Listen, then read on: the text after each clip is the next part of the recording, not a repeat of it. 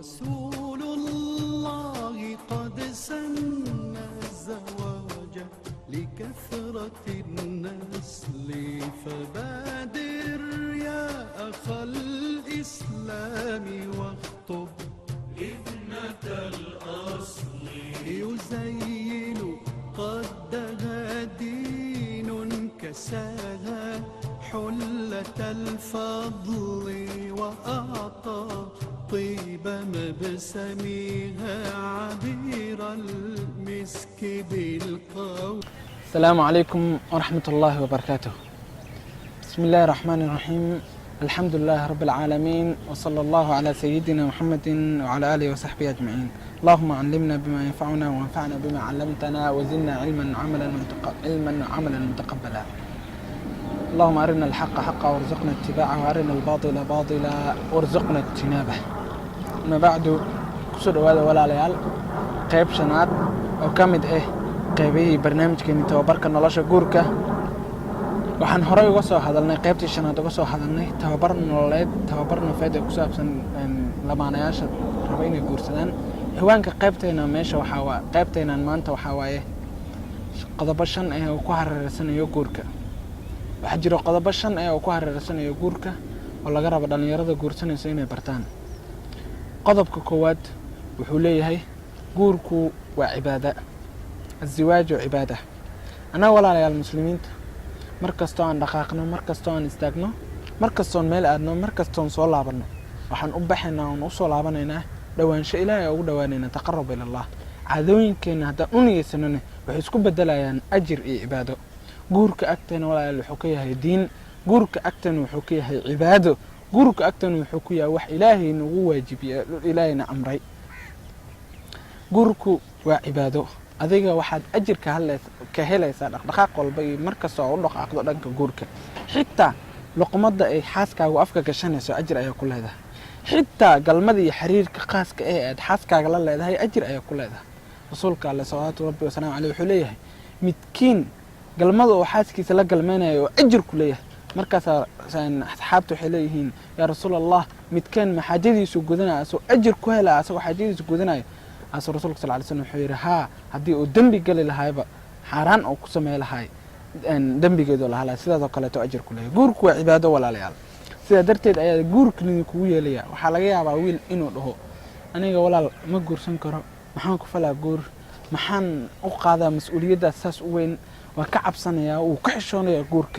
جورك وعبادة مرنا بقى كعب سنة هنا كحشون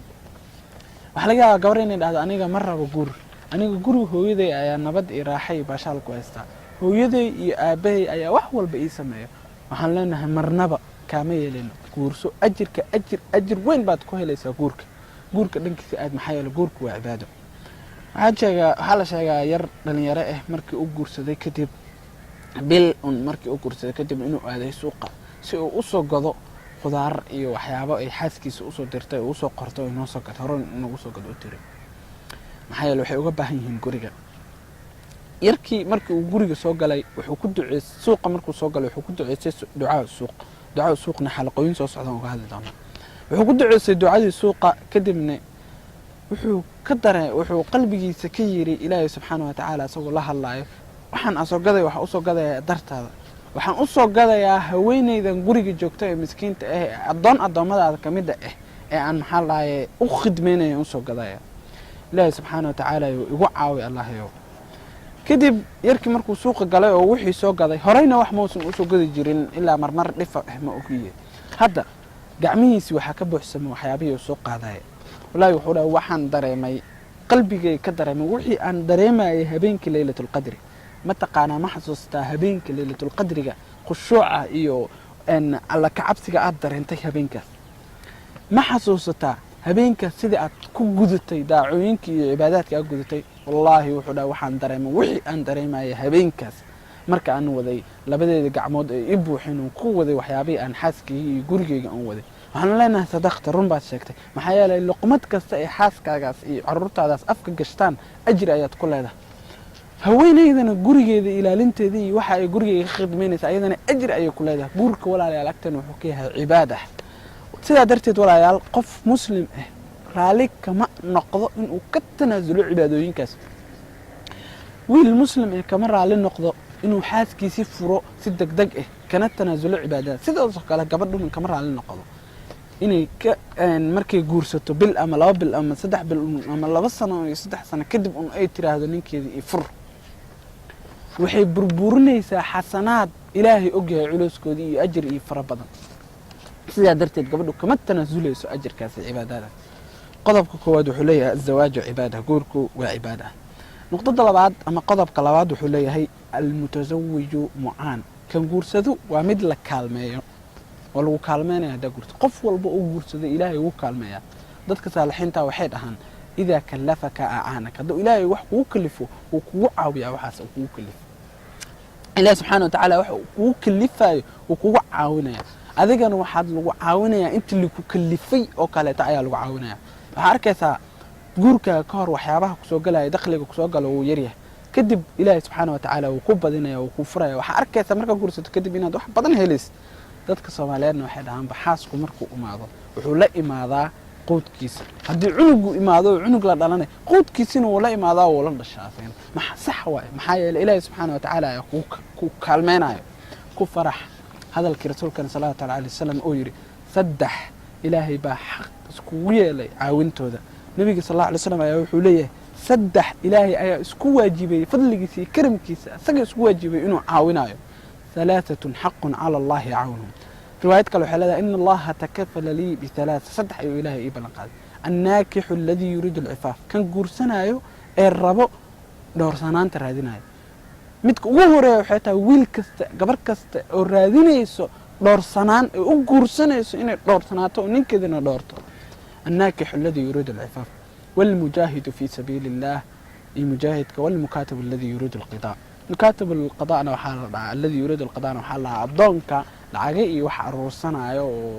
إن ربع إنه أضون كبحه أو إن ننكي هستي أما ملكي سي أشجع أنت مركز بتكذب أي الحروسة أنت أيو شقينا يا وحربا إنه نقضاء مد حر عباداتك إلهي نكاثنا إلهي وعاونا نقضى ولا واحد حلا كان كورسدو ومد العاوية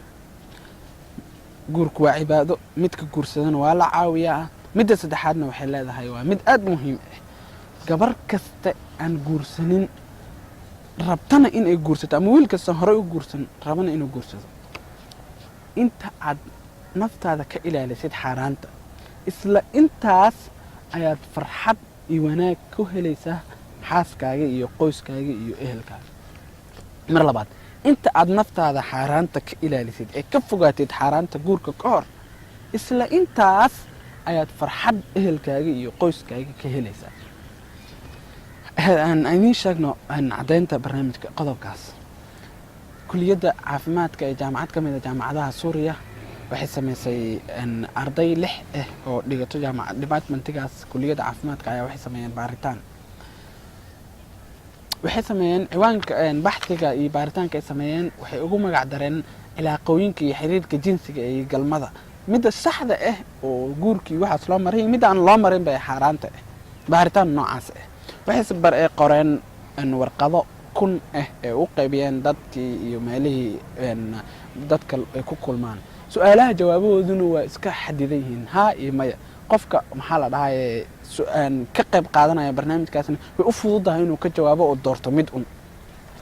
baaritaanka waxa ku qornay kun warqadood waxay qaybiyeen kun warqadood oo ay u qaybiyeen dadka caadiga ah dadka dhamaan bulshadeynta meel walba ay ku arkaan waxay u sheegayeen dadka qof walba wax u khayraatahay khiyaara leedahay hadaartid ka jawaab hadaartid cudur daaro ma ka jawaabi kartaa laakiin waxa ka rajaynaynaa in jawaabtaadu saxiix noqoto mid dhacday oo run ah maxaa yeelay waxay galaysaa baaritaan cilmiyeed lagama rabo inaad qortid magacaaga inaad qortid waxyaabo ku tusinayo adiga shakhsi ahaantaada laakiin just noo qor umrigaaga inta aad jirto ma guursatay mase maadan guursan waxaa jirto warqado loogu talagalay kuwa guursaday warqado waxaa jiro loogu talagalay kuwa aan guursan marka waxaan u jeednaa anaga rabnaa waxay tahay qawaa'imkii warqadii loo qaybiyay kuwii guursaday su'aalaha ku yaal waxa kamid ahay horay ma u sameysay xiriir iyo galmo aan sax ahayn oo mashruuc ahayn oo sax ahayn qaarkood waxay dhaheen macad allah waxay dhaheen haa waxay horay u galeen galmo aan sax ahayn wayna yareed alxamdulilah waxaa jirta su-aal ku xigtay su-aashaas adiga hadda raaxa iyo ma ku haysataa faraxsanaan iyo deganaan xiriirka khaas ahaaneed ee xaaskaaga aad la samaynaysid waxaa la ujeednaa waxay tahay dhammaan intii qortay inay sameeyeen xiriir aan sax ahayn waxay qoreen in maanta aysan raaxa iyo nabad ku haysan xiriirka ay la galmoodaan iyo galmada iyo xiriirka khaaska ay la sameeyeen xaaskooda boqolkiiba boqol waana taasaa ciqaabada koowaad ee ku dhacdo kuwa aan ilaahay subxaanahu wa tacaala adeecin inta aad naftaada xaaraanta ka ilaaliso guurka ka hor isla intaas oo sacaada iyo farxanaan